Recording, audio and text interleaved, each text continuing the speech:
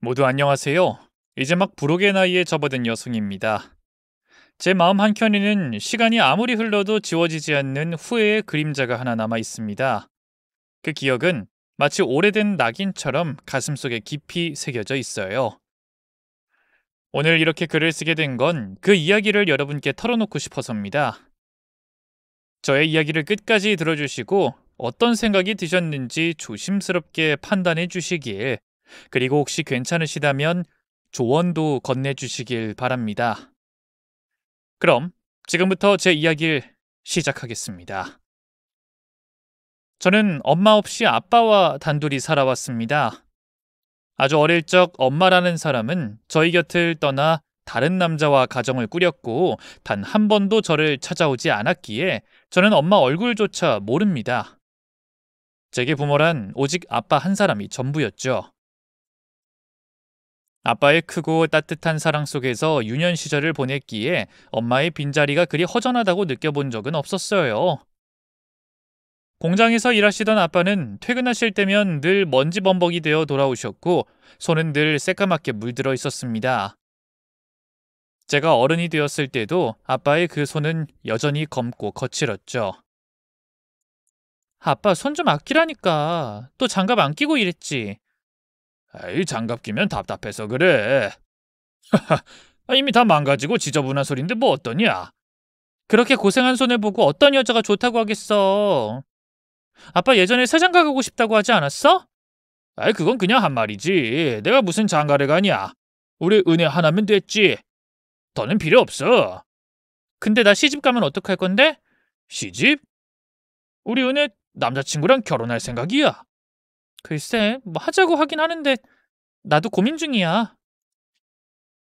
결혼을 고민하고 있다고 말하자 아빠의 얼굴엔 서운함과 기대감이 동시에 스쳤습니다. 이 김군 성실하고 착한 청년이잖아. 직장도 대기업 다니고.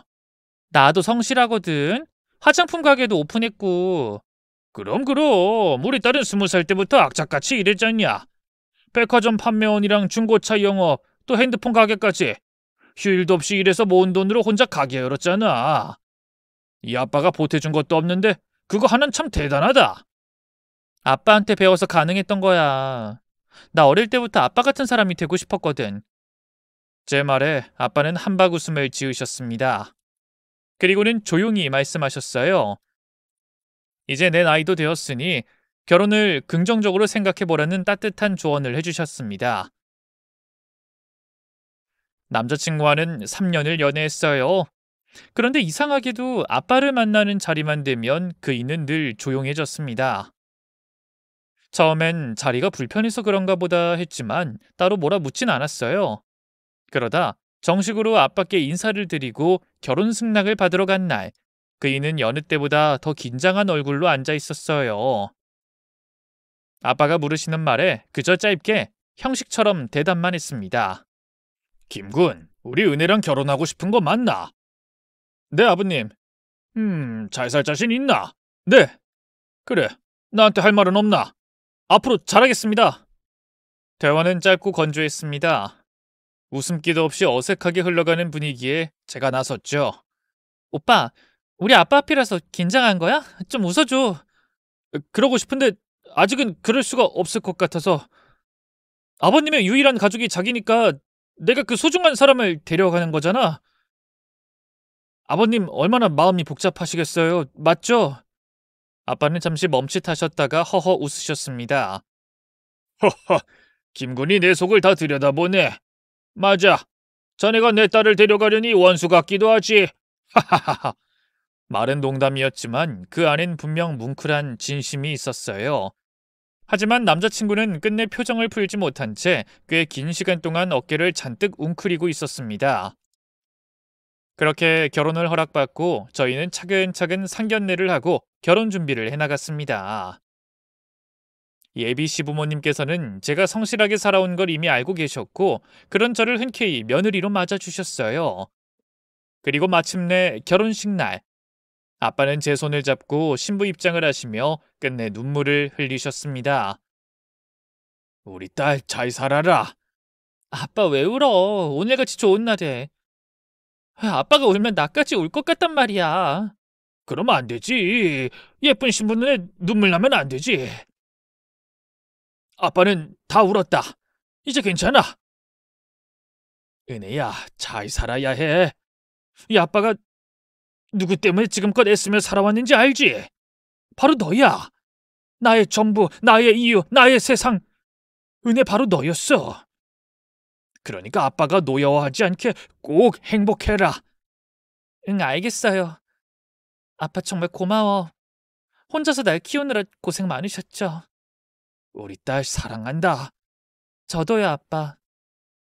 그렇게 아빠의 손에서 남편의 손으로 제 손을 넘겨드리고 저는 신부로서 마지막 발걸음을 내디뎠습니다.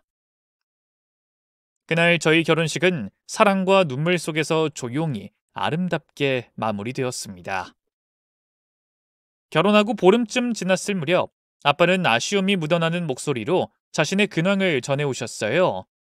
은혜야, 아빠 공장에서 은퇴했다. 63. 이제 내 나이가 제일 많더라. 젊은 사람들 뽑는다면서 은퇴를 좀 일찍 하라고 하더구나. 뭐라고? 아직 2년은 더 하실 수 있다 했잖아. 아빠가 얼마나 사명감 가지고 일했는데 갑자기 그렇게 내보내는 게 어딨어. 이제 늙기도 했고 예전처럼 손이 안 따라주니까 그렇지. 그게 다 세월이고 술린 거다. 아무튼 아빠는 이제 백수 됐다. 백수 아빠 축하해줘야지. 아우, 차라리 잘 됐어. 이젠 편히 쉬세요. 아빠, 내가 매달 용돈 드릴게요. 다른 일 생각 말고 그냥 여유롭게 지내. 우리 딸 다 컸구나. 하지만 말이지, 이 아빠 아직 팔팔하단다. 다른 일도 한번 알아봐야지. 아니, 또 무슨 일을요? 아빠 제발 무리하지 마세요. 위험한 일은 절대 안 돼요. 걱정하지 말아라. 좋은 소식 들려줄 테니 그때까진 그냥 잘 지내고 있어. 그렇게 아빠는 은퇴 후 몇 주 동안 등산도 다니고 낚시도 다니며 오랜만에 인생을 만끽하셨어요. 저는 그런 모습이 참 보기 좋았기에 그게 쭉 이어지길 바랬죠. 다시 직업을 구하려는 마음을 접어주셨으면 하고요. 그리고요, 저에겐 아주 특별하고도 웃긴 습관이 하나 있었어요. 아마도 아빠를 그리워해서였겠죠? 가끔 저도 모르게 신혼집에서 아빠를 부르곤 했답니다. 어릴 때마다 아침마다 아빠를 깨우던 습관이 몸에 배어서 결혼하고 나서도 불쑥 튀어나오는 거예요. 아빠! 여보? 나 불렀어? 남편은 자기를 부른 줄 알고 대답했고 저는 순간 당황해서 얼버무렸죠. 응, 오빠. 아침 먹자. 그래, 오늘도 기분 좋게 하루 시작해보자고. 그이는 대기업에 다니는데 퇴근 시간에 맞춰 나오는 날이 거의 없었어요. 기본이 한두 시간 야근이었고 가끔은 회식으로 간단히 술 한잔하고 오는 날도 있었답니다. 그래서 그의 발걸음은 늘 밤 9시를 훌쩍 넘긴 뒤에야 들려왔죠. 저는 조그만 화장품 가게를 운영하며 하루하루 장사를 열심히 했어요. 손님이 많은 날도 있었고 하루 종일 매출 0원인 날도 있었죠. 그런 날이면 혼잣말로 푸념을 늘어놓다가도 그래도 내가 좋아하는 일이잖아 하며 마음을 다잡곤 했어요. 어느 날 햇살이 참 곱게 내려앉은 오후였어요. 창문을 열어 환기를 시키고 가게 밖으로 나와 기지개를 켜며 인도 주변과 도로를 둘러보는데 그 순간 문득 낯익은 실루엣 하나가 제 시선을 사로잡았죠. 신호 대기 중인 한 남성이 오토바이를 타고 서 있는 걸 보자 가슴이 철렁 내려앉았습니다. 저는 그대로 달려가 그 사람 앞에 멈춰섰어요. 아빠 맞지? 헬멧 쓰고 마스크로 가렸어도 내 눈을 못 속여. 아빠 나야, 은혜야. 남자는 잠시 당황한 듯 하더니 이내 마스크를 천천히 내렸습니다. 그리고 익숙한 웃음을 지으며 말했어요. 아이고, 우리 딸 귀신이네. 아빠인 거 어떻게 알았어? 너희 가게 근처 지나갈 땐 좀 긴장하긴 했는데 이렇게 딱 걸릴 줄은 몰랐다. 아빠 지금 뭐 하는 거야? 설마 배달 일 시작한 거야? 아이고, 가만히 집에만 있으려니 심심해서. 몸도 좀 움직일 겸 용돈벌이 하려고 시작했지. 누구 마음대로 오토바이를 타. 내가 뭘 했어? 위험한 일은 절대 안 된다고 했잖아. 당장 내려. 아빠는 갓길에 오토바이를 세우고 시동을 껐습니다. 그리곤 천천히 내려 제 앞에 섰습니다. 은혜야, 아빠 지금 배달 가는 중이야. 오래 얘기 못해. 빨리 말해봐. 아빠, 배달 일이 얼마나 위험한지 몰라? 뉴스 안 봐? 위험하고 사고도 많잖아. 나도 안다. 그래서 무리하지 않아. 빠르게 달릴 줄도 모르고 하루에 몇 개밖에 안 해. 그냥 바람도 좀 쐬고 뭐랄까 취미 삼아 하는 거야. 너무 걱정하지 마. 안 돼. 오토바이 타는 순간부터 그건 위험한 거야. 그냥 취미로 할 일이 아니라고. 제발 당장 그만둬. 아빠는 짧게 한숨을 내쉬고 다시 헬멧을 썼습니다. 은혜야, 나중에 이야기하자. 지금 이거 제 시간에 못 가면 컴플레인 들어와. 손님한테 피해가면 안 되잖니. 이따 보자. 아빠, 가지 마. 제발 그만둬. 하지만 아빠는 이미 오토바이에 시동을 걸고 있었습니다. 짧게 손을 흔든 아빠는 제 목소리를 등 뒤로 두고 그대로 출발해버렸죠. 그날 저는 가슴이 철렁 내려앉은 채로 한참을 그 자리에 서 있었습니다. 아빠는 제게 아무 말 없이 배달 일을 시작하셨고 저는 그 일을 도무지 용납할 수 없었습니다. 그 일은 단순한 돈벌이가 아니라 아빠의 생명이 달린 문제였으니까요. 그날 저녁 저는 아빠 집을 찾았습니다. 마음속에 쌓인 걱정과 화가 넘쳐 흘러 현관문을 열자마자 아빠를 향해 잔소리를 퍼부었죠. 아빠! 아이고 무서워라. 우리 딸내미 오셨네. 당장 오토바이 키 내놔요. 은혜야, 아빠가 하고 싶어서 하는 일이야. 맨날 집에만 있으니 숨이 막히더라. 요즘엔 나처럼 은퇴한 사람들이 이런 일 많이 한단다. 그래도 안 돼. 위험하다고 했잖아. 조심조심 타면 괜찮아. 제발 한 번만 저 줘라. 아빠 이거 그만두고 나서 정말 우울했어. 이 사람은 아무리 나이가 들어도 일해야 살아있는 기분이 들어. 근데 하필이면 오토바이를 타고 하는 배달 일이냐고. 다른 거 하면 안 돼? 해보고 싶었지. 근데 일자리 자체가 없어. 얼마 전엔 경비일도 지원했는데 이 경쟁률이 30대 1이더라. 우리 나이 되면 받아주는 곳이 정말 드물어. 근데 이 배달은 스마트폰만 있으면 누구나 할 수 있고 쉬고 싶을 땐 그냥 쉬면 돼. 시간도 내 마음대로 조절되고.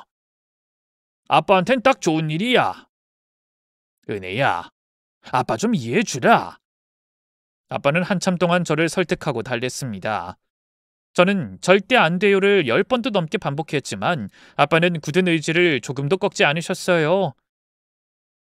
결국 저는 긴 한숨을 내쉬며 체념하듯 말했습니다. 우리 아빠 고집 정말 보통 아니네. 하하, 너도 고집 장난 아닌데. 도대체 누굴 닮았을까? 아빠 닮았지. 아빠 고집은 황소 고집이야. 내가 아무리 말려도 끝까지 탈 거잖아? 응, 아빠 알잖냐? 한 번 마음먹은 건 절대 포기 못하는 거. 아우, 진짜 못 말려. 알았어, 그렇게 타고 싶으면 타. 대신 몇 가지 조건 있어. 뭔데? 뭐든 다 들어줄게. 비 오는 날엔 절대 타면 안 돼. 신호 무조건 지키고 절대 과속하지 말고 항상 서행해. 약속해. 그래. 뭐 그거야 아빠가 다 지킬 수 있지. 걱정 마라. 조심조심 다닐게. 은혜야 고맙다. 그렇게 결국 저는 아빠의 고집을 꺾지 못하고 오토바이를 타는 걸 허락하고 말았습니다. 마음 한구석이 아직도 불안하고 조마조마했지만 아빠의 웃는 얼굴을 보고 있자니 그마저도 차마 막을 수 없었어요. 아빠가 걱정돼서 하루에도 몇 번씩 전화를 걸었어요.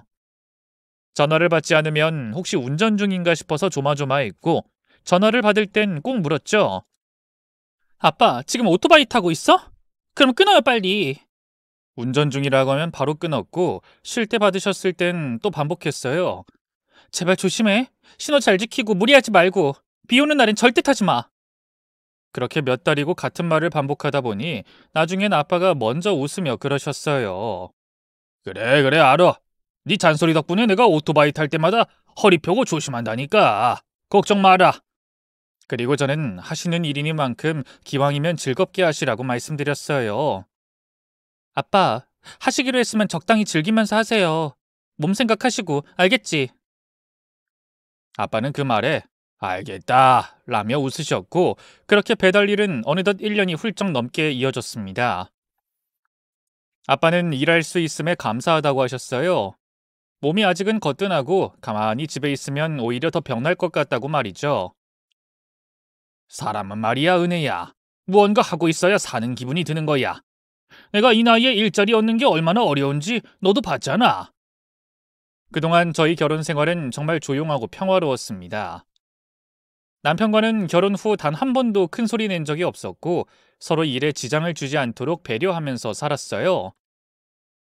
저는 출근 시간이 여유롭고 장사도 딱히 스트레스 받을 일 없어서 살림을 도맡았고요. 남편 아침을 챙겨주고 출근시키고 저녁엔 그가 좋아하는 반찬들로 한상 가득 차려놓곤 했어요. 남편도 늘 고맙다며 밥 잘 먹고 퇴근길에 과일이나 디저트 하나쯤 사오는 정도로 표현하는 사람이라 부족하다고 느낀 적은 없었어요. 그런데 어느 날 저녁, 그 말 한마디가 문제였습니다. 정말 뜻밖의 말이었습니다. 오빠, 오늘 반찬 다양하지? 얼른 와서 밥 먹자. 와, 대박인데? 맛있는 거 잔뜩 했네. 오늘도 수고했어. 당신도 수고했지. 요즘 회사 일은 좀 어때? 뭐 그냥 똑같지 뭐. 근데 있잖아. 장인어른 배달 일은 언제까지 하시려나? 왜? 당신도 걱정돼서? 아니 걱정은 무슨. 며칠 전 회사 사람들이랑 맥주 한잔하고 있었는데 헬멧 쓴 아저씨가 갑자기 말을 걸더라고. 봤더니 장인어른이야. 여보 그거 진짜 민망하더라. 내 장인이 딸배라니. 쪽팔려 죽는 줄 알았어. 그 말 듣자마자 젓가락을 내려놨습니다. 손끝이 떨리고 가슴이 턱 막혔어요. 지금 뭐라고 했어? 쪽팔려? 딸배? 왜 그래? 그냥 한 말이잖아. 아니 사실 아니냐고. 요즘 회사 사람들이 다 알아. 대기업 다니는 내가 딸배 장인 두고 있다고 소문 다 퍼졌다고. 아니 당신 지금 그걸 말이라고 해? 딸배가 뭐야? 배달 기사님이지. 그런 식으로 말하지 마. 아이 됐어. 뭐 그렇게 예민하게 굴어. 솔직히 무식한 사람들 아니면 누가 그런 일 하냐? 아 맞다. 장인어른 중졸이었지? 공장에서 평생 기계 돌리는 공돌이었고. 그러다 이제 오토바이 타는 딸배가 된 거잖아. 아유 진짜 장인어른이 쪽팔리다. 그 말을 듣는 순간 눈앞이 캄캄해졌습니다. 당신 지금 우리 아빠 무시한 거야? 아니 무시한 게 아니라 사실을 말한 거지. 요즘 세상에 공부 좀 한 사람들은 그런 일 안 해. 딱 봐도 못 배운 사람들 하는 일이잖아. 저는 참지 못했어요. 말이 아니라 행동이 먼저 나갔습니다. 야, 너 지금 뭐라 했어? 우리 아빠가 무식하다고? 창피하다고? 오늘 진짜 너 선 넘었어! 그 순간 제 손이 남편의 머리를 내리쳤고 등짝을 쥐어 박았습니다. 남편은 벌떡 일어나면서 저를 세게 밀쳤어요. 뭐 하는 거야? 지금 남편을 때리는 거야? 너 진짜 무식한 장인 밑에서 자라서 그런가 봐. 하는 짓이 똑같이 무식하네. 숨이 막혔습니다. 말도 안 나왔고 눈물이 저절로 났습니다. 싸움은 그렇게 끝났고 며칠 동안 서로 말을 안 하고 지냈어요. 집안은 얼음장 같았고 마주치면 그냥 지나쳤습니다. 그러다 며칠 후 남편이 먼저 고개를 숙였습니다. 미안, 내가 심했다. 말이 지나쳤어. 화날만 했어. 그렇게 겉으론 풀었지만 속은 달랐습니다. 그날의 말들, 눈빛, 태도 잊지 못할 것 같았어요. 분명히 사과는 했지만 제 마음속 깊은 곳에는 그날의 상처가 조용히 깊게 남아 있었죠. 남편은 아빠를 뵐 때마다 늘 똑같았습니다. 묻는 말에만 단답형으로 대답하고 딱히 살가운 말 한마디 없이 대충 인사만 건네고 말았어요. 처음엔 성격이 무뚝뚝해서 그런 줄 알았는데 가만히 생각해보니 그게 아니었습니다. 아빠를 무시해서 그런다는 생각이 들었죠. 그래서 어느 날 남편을 붙들고 단도직입적으로 말했습니다. 당신 아빠 앞에서 너무 싸늘하게 구는 거 아니야? 아무리 불편해도 최소한의 예의는 좀 지켜야지.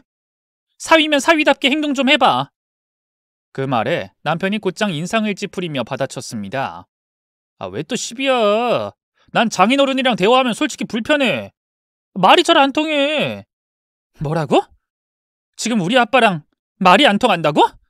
그래. 수준 차이가 나잖아. 대화가 끊겨. 할 말도 없고 어색해. 그 순간 저는 심장이 쿵 내려앉았습니다. 하지만 남편의 말은 거기서 멈추지 않았습니다. 은혜야, 우리 솔직히 말해보자.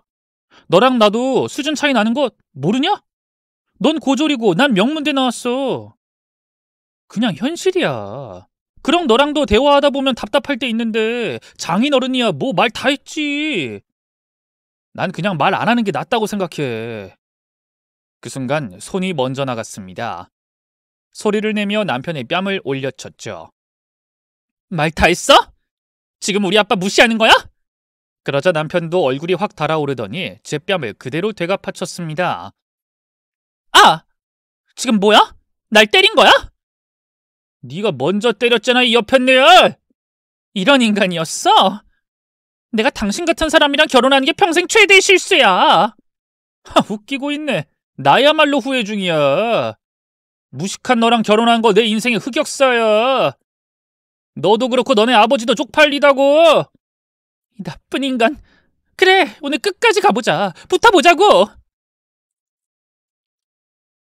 말싸움은 순식간에 몸싸움으로 번졌고 거실은 난장판이 됐습니다.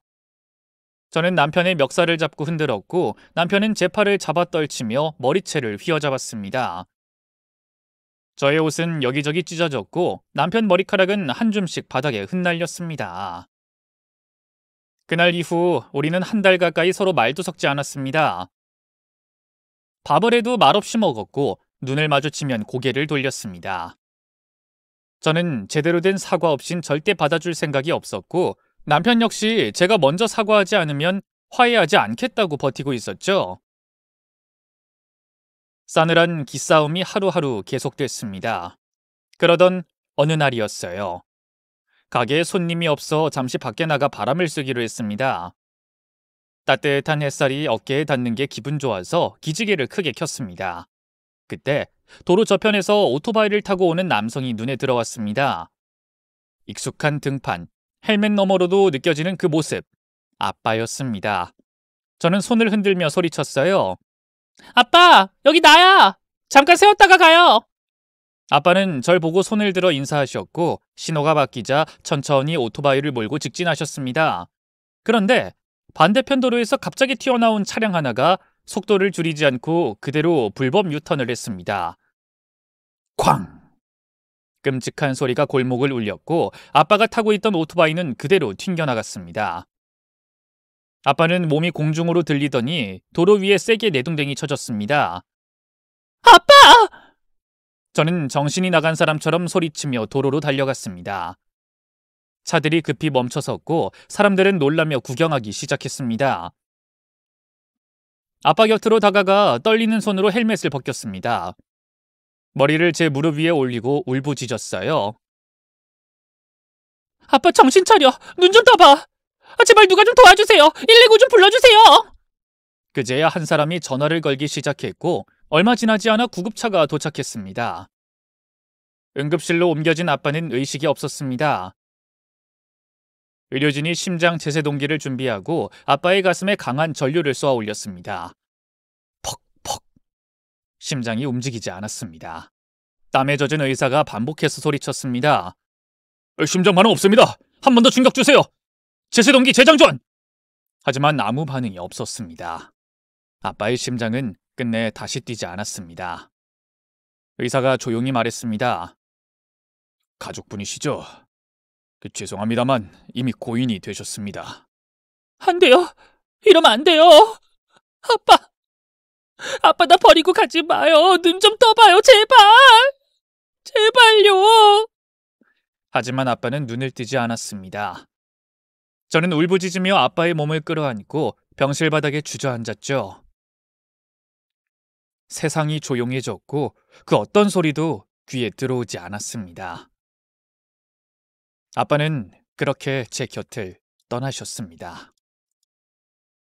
사고를 낸 운전자는 그 자리에서 경찰에 체포됐다고 했습니다. 음주운전이었습니다. 낮술을 마시고 운전대를 잡았고 신호를 무시한 채 불법 유턴을 하다 정면으로 충돌했습니다. 피해자께서 현장에서 심정지로 사망하셨기 때문에 구속 수사는 물론 중형이 예상됩니다.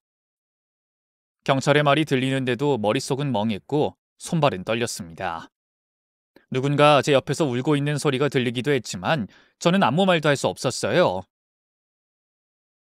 장례식장이 차려졌고 장례 지도자들이 하나하나 절차를 챙겨줬습니다. 저는 넋이 나간 얼굴로 가만히 서 있었습니다. 그 어떤 실감도 나지 않았고 아빠가 잠시 어디 나간 것만 같았죠. 하지만 상복으로 갈아입고 아빠의 영정사진 앞에 앉는 순간 모든 게 현실이었습니다. 액자 속 환하게 웃고 있는 아빠의 사진을 보는 순간 숨이 막혀왔고 눈물이 멈추질 않았어요. 그렇게 멍하니 앉아 울고 있는데 문이 열리더니 남편이 들어왔습니다. 그이는 영정사진을 보더니 다 들리도록 중얼거렸습니다. 에휴, 결국 딸배질하다 가버렸네. 그 말이 제 귀에 정확히 박혔습니다. 저는 고개를 돌려 남편을 쏘아봤죠. 지금 뭐라고 했어? 지금 뭐라고 했냐고. 남편은 움찔했지만 이내 태연하게 표정을 바꾸며 얼버무렸습니다. 어? 아니야. 그냥 여보 밥은 먹었어? 너무 울지 말고 밥은 좀 먹어. 산 사람은 살아야지. 그의 말투엔 슬픔도 없었고 얼굴엔 조문객답지 않은 냉정한 기색만 가득했습니다. 고개를 푹 숙인 채 눈물을 닦던 저는 이 사람이 이렇게까지 무정한 인간이었나 다시금 실망했습니다. 하지만 저는 참았어요. 이 순간만큼은 아빠를 편히 보내드리는데 집중하고 싶었거든요. 괜한 싸움으로 장례식장을 어지럽히고 싶지 않았습니다. 그래서 말없이 눈물만 흘렸습니다. 밤이 깊어지자 조문객들이 하나둘 들어오기 시작했습니다. 아빠가 일하셨던 공장 사람들, 함께 일했던 기사님들, 휴대폰에 저장된 이름 모를 배달원들까지 아빠를 위해 발걸음을 해주셨습니다. 한 기사님은 고개를 푹 숙이며 말했습니다. 아버님 정말 좋은 분이셨어요. 저희 배달원들에게 모두 친절하게 대해주셨고 힘이 되는 조언을 많이 해주신 분이셨습니다. 저희 모두 아버님을 존경했습니다. 또 다른 배달원은 울먹이며 절을 올렸습니다. 우리 아버지처럼 대해주셨는데 아직도 실감이 안 납니다. 저희 라이더들끼리 단체방에서 계속 이야기 중입니다. 다들 슬퍼하고 있어요. 그들의 말 한마디 한마디가 제 가슴을 찔렀습니다. 남편의 말 한 줄이 못 박히는 순간이 있었지만 이 따뜻한 말들이 다시금 아빠를 살아있게 만들었습니다.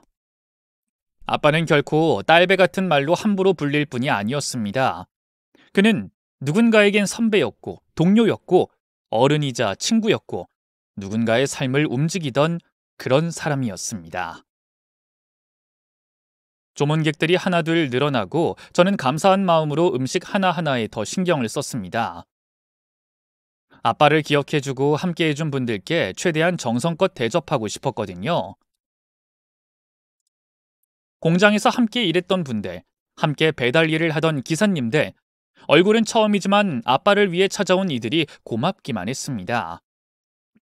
그래서 떡이며 국이며 직접 챙겨서 내어드리고 컵이 비면 채워드리고 잔이 모자라면 더 내어드리며 바삐 움직이고 있었어요. 그런데 조용하던 장례식장 한쪽에서 남편이 무심하게 툭 내뱉은 말이 사람들 귀에 그대로 들렸습니다. 공돌이에 딸배들까지 무식한 것들이 장례식장을 가득 메웠네. 이렇게까지 수준 낮은 조문객들만 몰려드는 건 처음 본다. 어쩜 이렇게 하나같이 초라해 보이냐? 에휴. 그 말은 마치 대놓고 들으라는 듯한 톤이었고 그 자리에 있던 많은 분들이 고개를 돌려 남편을 바라봤습니다. 처음엔 다들 어리둥절한 눈빛이었지만 이내 그 말이 무슨 뜻인지 알고 난 후 공기 속에 냉기가 흐르기 시작했어요. 한 분이 자리에서 벌떡 일어나 남편을 향해 목소리를 높였습니다. 지금 뭐라고 했습니까? 제대로 들은 게 맞나요? 이봐요. 말이라는 건 골라서 해야지. 직업이 뭐든 여길 찾아온 사람들은 고인을 위해 온 사람들이에요. 배달한다고 공장 일한다고 그런 말을 들을 이유 없거든요. 지금 무례한 줄 모르세요? 당신은 최소한의 예의도 없는 사람입니까? 지금 여기 장례식장이에요. 이런 자리에 와서 할 소리가 아니잖아요. 사람들의 시선이 일제히 남편에게 향했고 모두 입술을 굳게 다물거나 눈썹을 찌푸리고 있었습니다. 그런데도 남편은 전혀 미안한 기색 없이 어깨를 으쓱이며 말했어요. 왜들 그래요? 그냥 제 생각 말한 것뿐입니다. 요즘 사람들 너무 예민하네. 그리고 꼭 못 배운 사람들이 직업에 귀천이 없다고들 말하죠. 아무튼 딸배들이랑 공돌이 여러분 많이들 드세요. 그 말에 여기저기서 탄식이 나왔고 일부는 자리에서 일어나 남편 쪽으로 걸어가려는 기세였습니다. 말리는 손이 없었다면 금방이라도 말다툼이 몸싸움으로 번졌을 분위기였습니다. 그때 연세가 지긋하신 어르신 한 분이 조용히 자리에서 일어나 한마디 하셨어요. 여긴 고인을 보내는 자리입니다. 누가 잘났고 못났고 따지는 자리가 아니라는 거 그 정도는 알고 와야죠. 그만합시다. 고인이 눈 감지 못합니다. 그 말에 분노로 벌겋게 달아올랐던 사람들도 차츰 진정했고 다시 자리에 앉았습니다. 남편은 코웃음을 치며 장례식장 밖으로 걸어나갔습니다. 됐네요. 분위기 불편하니까 나가 있겠습니다. 똥이 더러워서 피하지. 저는 그 모든 장면을 말없이 지켜봤습니다. 손을 덜덜 떨면서도 아무 말하지 않았습니다. 입을 열면 울음이 터질 것 같았고 소리를 지르면 아빠 앞에서 체면이 서지 않을 것 같았습니다. 마음속으로만 수없이 되뇌었습니다. 그날 저는 마음속으로 확실하게 선을 그었습니다. 이 사람과는 더는 함께할 수 없겠구나. 마음이 완전히 돌아섰죠. 남편 때문에 분노와 모멸감이 끌어올랐지만 그 순간에도 아빠의 동료들은 끝까지 제 곁을 지켜줬습니다. 공장 동료들도 배달 동료들도 진심 어린 눈물로 아빠를 떠나보내줬고 그 따뜻한 손길들 덕분에 저는 아빠를 후회 없이 보내드릴 수 있었습니다. 장례가 끝난 후 저는 곧장 아빠의 집으로 향해 유품 정리를 했습니다. 옷장 깊숙이 접어둔 옛 양복, 오래된 핸드폰, 손때 묻은 배달 가방 하나하나를 정리하면서 그 모든 것이 너무 생생해서 눈물이 마르질 않았습니다. 그리고 집으로 돌아왔죠. 하지만 돌아온 집은 더 이상 제가 안심하고 쉴 수 있는 곳이 아니었습니다. 남편과는 아무 말도 하고 싶지 않았고 어떤 말도 듣고 싶지 않았습니다. 그냥 못 본 척하고 방으로 들어가려 했지만 남편이 먼저 말을 걸어왔습니다. 당신 이제 와? 밥은? 내 말 안 들려? 말 걸지 마. 당신이 어떤 사람인지 장례식장에서 똑똑히 봤어. 오만정 다 떨어졌어. 더 이상 말 섞고 싶지도 않아. 뭐야? 내가 없는 말 한 것도 아닌데 왜 그렇게 오버하면서 나한테 화를 내는 건데? 됐어. 당신이랑은 하루도 더 같이 못 살겠어. 이혼하자. 이혼? 그래 좋다. 나도 너 같은 여자랑은 도저히 못 살겠거든. 무식하고 이기적이고 말도 안 통하고 모든 감정대로만 움직이잖아. 장례식장에 온 사람들 수준을 보니까 진짜 손절하고 싶더라. 그래. 결국 당신도 나도 마음이 다 식은 거네. 그럼 말이 통할 때 끝내자. 그렇게 저희는 이혼을 하기로 했고 재판을 준비하는 동안 서로 부딪히지 않기 위해 별거에 들어갔습니다. 저는 제 짐을 챙겨 아빠 집으로 들어갔어요. 아빠의 온기가 느껴져서 그 자리를 쉽게 떠나고 싶지 않았습니다. 작은 테이블 위에 아빠 사진을 꺼내놓고 거실 소파에 앉아 하루 종일 사진만 바라보다가 그대로 잠이 들기도 했습니다. 침대, 주방, 화장실 어느 공간 하나도 아빠의 손길이 느껴지지 않는 곳이 없었기에 저는 매일 그 흔적을 더듬으며 울다 지쳐 잠드는 날들을 반복했습니다. 그렇게 보름이 흘렀습니다. 화장품 가게 문은 열지 않았고 세상과 거리를 두고 지냈습니다. 남편도 친구도 누구의 연락도 받고 싶지 않았습니다. 그냥 조용히 아빠의 공간 속에서 그리움을 마음껏 삼키고 싶었어요. 그동안 쌓여있던 눈물과 한숨, 미처 하지 못했던 말들이 마음속에 너무 많아서 아빠를 안치한 지 열흘 만에 다시 납골당으로 내려가기로 마음먹었습니다. 그날 해가 지기 전 조용히 차에 올랐습니다. 내비게이션에 납골당 주소를 찍고 고속도로를 타고 한참을 달렸죠. 마음이 무거웠지만 오랜만에 뭔가 정해진 목적이 생긴 기분도 들었습니다. 하지만 점점 눈이 감기기 시작했고 전날 거의 잠을 못 자 피로가 몰려왔습니다. 너무 위험할 것 같아 근처 휴게소에 차를 세우고 시트를 뒤로 젖힌 채 잠깐 눈을 붙이기로 했습니다. 시동을 끄고 핸들을 놓고 나니 문득 아빠의 마지막 미소가 떠올랐습니다. 눈꺼풀은 점점 무거워졌고 저는 아빠를 부르며 천천히 잠에 빠져들었죠.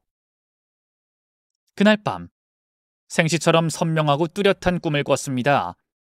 어디서 본 듯한 하늘 아래 아빠가 환하게 웃으며 저를 향해 걸어오시더니 제 등을 살며시 밀며 말씀하셨습니다. 우리 딸, 오늘은 그만하고 내일 오거라. 오늘은 그냥 집으로 돌아가. 김서방한테 한번 가봐. 어서. 아빠, 내가 가긴 어딜 가겠어. 난 아빠 보러 온 거야. 아빠한테 하고 싶은 말 많단 말이야. 오늘 말고 다음에 와. 지금은 아니야. 어서 올라가 봐. 왜 그래, 아빠? 무슨 일이야? 아빠는 말없이 웃으시며 손을 흔들었고 그 모습은 점점 멀어지더니 희미해졌습니다. 눈을 떴을 때 온몸이 땀에 젖어 있었고 등줄기를 따라 소름이 돋았습니다. 꿈인데도 너무나 또렷하고 현실 같아서 숨이 막혔죠. 그냥 꿈인 장면 같지 않았습니다. 이 말로는 설명할 수 없는 이상한 기분이 들었고 왠지 모르게 납골당해 가는 걸 미뤄야겠다는 생각이 들었습니다. 마치 아빠가 지금 가지 말라고 그보다 먼저 해야 할 일이 있다고 말해주는 것 같았습니다. 그래서 차를 돌렸습니다. 갈 곳은 딱 하나밖에 떠오르지 않았죠.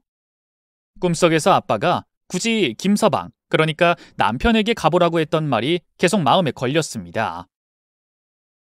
법정에서 얼굴 보자고 했던 사람이지만 지금은 그냥 뭔가 불안한 기분이 들어서 확인만 해보자는 생각으로 남편 집으로 향했습니다. 집 앞에 도착해 초인종을 눌렀지만 아무런 응답이 없었습니다. 몇 번이고 눌렀지만 안에선 인기척이 전혀 없었어요. 혹시나 하는 마음에 비밀번호를 눌러 현관문을 열었는데 문을 열자마자 얼굴을 찌푸릴 수밖에 없었습니다. 이게 무슨 냄새야? 당신 집에 있어? 가스 특유의 매캐하고 맵고 역겨운 냄새가 코끝을 찔러왔습니다. 재빨리 옷소매로 코와 입을 틀어막고 집 안으로 들어갔더니 거실 소파에 남편이 엎어진 채 거품을 물고 쓰러져 있었습니다. 정신이 번쩍 들었습니다. 바로 119에 신고했고 남편을 부축해 힘겹게 현관 밖으로 끌어냈습니다. 가스가 새는 사고였습니다. 냄새로 보아 누출이 꽤 오래되었고 조금만 늦었어도 폭발이나 질식 같은 큰일이 날 뻔한 상황이었어요. 저는 손이 떨려 그대로 길가에 주저앉았고 구급차가 도착한 후 남편은 병원으로 실려갔습니다. 몇 시간 뒤 병상에서 남편이 눈을 뜨고 절 보자마자 물었습니다. 당신이 날 살렸다고? 그냥 들렀다가 가스 새는 냄새가 나서 신고했을 뿐이야. 아이고, 고맙기도 하네. 근데 이혼하는 건 그대로야. 나도 마찬가지야. 내가 당신을 구해줬다고 뭘 바라는 사람은 아니거든. 몸 잘 회복하고 법원에서 보자. 그래, 딸배 딸내미. 각자 수준에 맞는 사람을 찾자고. 그 말에 숨이 턱 막혔습니다. 사람이 어떻게 이럴 수 있을까 싶었습니다. 살려준 사람에게 마지막 남긴 말이 딸배 딸내미라니. 이 사람은 뼛속까지 오만하고 비열한 인간이라는 사실이 다시금 확실히 느껴졌습니다. 저는 말없이 고개를 돌리고 병실을 나왔습니다. 얼마 지나지 않아 법원에 나가 이혼 판결을 받았고 그렇게 우린 남이 되었습니다. 판결이 끝난 후 법정에서 나오는 게 그는 뒤에서 기어이 한마디 던졌습니다. 자, 해설아, 나 없이도 잘해봐라. 그 말투는 축복이 아니라 비아냥이었고 저는 고개도 돌리지 않고 조용히 발걸음을 옮겼습니다. 한참을 그렇게 걸으면서도 단 한 번도 뒤를 돌아보지 않았습니다. 이후 저는 아빠 집에서 지내며 다시 화장품 가게를 열고 조용한 일상을 살았습니다. 바쁘지도 특별히 심심하지도 않은 하루하루가 반복되었고 사람들과도 적당한 선을 두고 지냈습니다. 해는 2번이나 바뀌었습니다. 계절이 바뀌고 해가 거듭되었지만 제 삶에 큰 변화는 없었죠. 굳이 말하자면 한 가지. 아빠가 계신 납골 땅에 매달 한 번씩 찾아가는 일이 추가됐다는 것 정도였죠. 꽃 한 다발 들고 아빠 사진 앞에 앉아 그달의 이야기를 조용히 풀어놓는 시간이 이제는 익숙하고 편해졌습니다. 아빠를 가슴에 묻고 사는 것도 조금씩 익숙해졌고 마음 한켠의 슬픔은 여전히 남아있지만 덜 날카로워졌습니다. 그러던 어느 날, 날씨가 너무도 맑고 햇살이 따뜻하던 날이었습니다. 점심시간이 좀 지난 오후, 가게 앞에 나와 일광욕을 하려고 기지개를 켜고 있었어요. 눈을 감고 머리를 하늘로 살짝 젖히던 순간, 갑자기 저 멀리서 오토바이 한 대가 굉음을 내며 빠르게 달려오는 게 보였습니다. 속으로 생각했습니다. 저 속도면 저러다 사고 나겠다. 아우, 좀 천천히 가지. 그런데 그 순간, 예상은 현실이 되었습니다. 신호를 무시하고 교차로로 들어선 오토바이는 반대편에서 진입하던 트럭과 정면으로 충돌했고 쾅 하는 엄청난 소리와 함께 오토바이 운전자가 공중으로 튕겨나가 도로에 세차게 떨어졌습니다. 저는 심장이 철렁 내려앉은 채로 휴대폰을 꺼내 119에 전화를 걸었습니다. 여기 교차로에 오토바이랑 트럭이 사고 났어요. 사람 하나 튕겨나갔어요. 빨리 와주세요. 전화를 끊자마자 곧장 사고 현장으로 달려갔습니다. 사람들이 서서히 모여들었고 차들이 멈춰섰습니다. 도로에 쓰러진 사람에게 다가가며 조심스럽게 외쳤습니다. 저기요, 정신 차리세요. 곧 구급차가 도착할 거예요. 조금만 참으세요.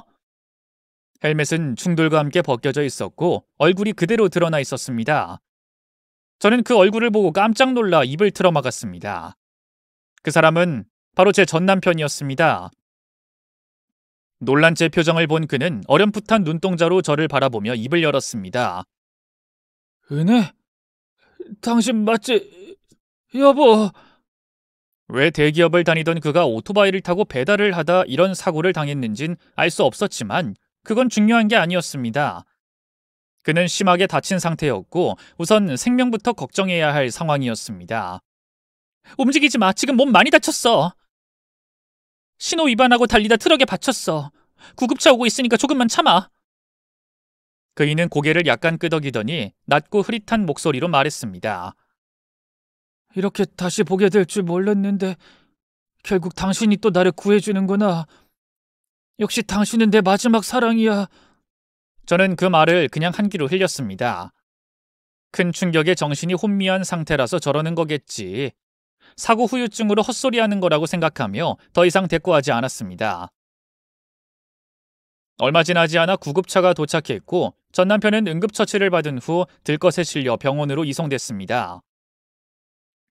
저는 그가 실려가는 뒷모습을 조용히 지켜보다가 천천히 발걸음을 돌려 가게로 돌아왔죠. 심하게 다치긴 했지만 생명엔 큰 지장이 없어 보였기에 저도 그 일을 거기서 마무리했습니다. 마음속에 오래 담아둘 일도 아니었고 이미 내 인생에서 끝난 사람이었으니까요.